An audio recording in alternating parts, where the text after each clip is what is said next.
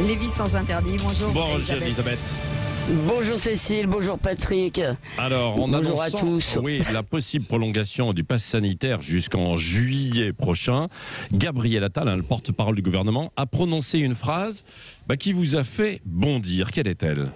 Ah oui, alors nous ne devons exclure aucun scénario, a-t-il dit, y compris celui d'une reprise active de la circulation virale dans notre pays.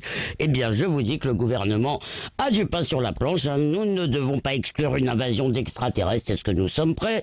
Nous ne pouvons pas exclure que la Chine nous déclare la guerre. Il faudrait immédiatement augmenter nos capacités militaires. Nous ne pouvons évidemment pas exclure une tornade, un tremblement de terre ou un accident nucléaire. J'espère, Patrick, que vous construisez votre abri. Et on ne peut même pas exclure que le président ne brigue pas sa réélection. J'espère qu'Édouard Philippe est en train de collecter ses signatures. Bon, vous exagérez tout de même un tout petit peu, évidemment, de l'ironie. La probabilité d'une reprise épidémique est quand même plus élevée, Elisabeth, que celle d'une attaque de martiens, non ? Gouverner, c'est prévoir aussi. Oui, gouverner, certes, c'est prévoir, mais c'est aussi prendre des risques mesurés, de faire des arbitrages, en l'occurrence entre sécurité et liberté.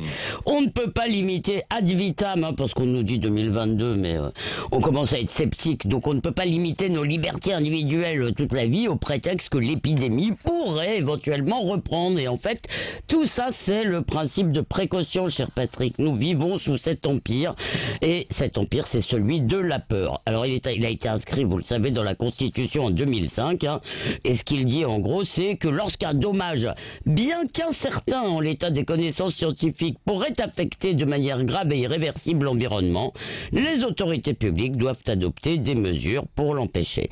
En somme, il suffit de dire que ceci ou cela pourrait être dangereux, mais nous n'en sommes pas tout à fait sûrs. Mais enfin, ça pourrait. Et hop, on interdit. Au-delà de l'environnement, le problème, c'est qu'en plus, ça s'applique à des pans croissants de l'action publique. On a peur, on se dit qu'il pourrait y avoir un risque et donc on arrête. Et comme il est presque impossible de prouver qu'une innovation est absolument sans danger, on peut prouver le danger, mais l'absence de danger c'est plus difficile, et bien la seule solution, vous la connaissez, cher Patrick, ça va vous plaire, c'est le modèle Amish. Voilà, le modèle Amish, cher au président. D'ailleurs, ce principe funeste, dans le fond de...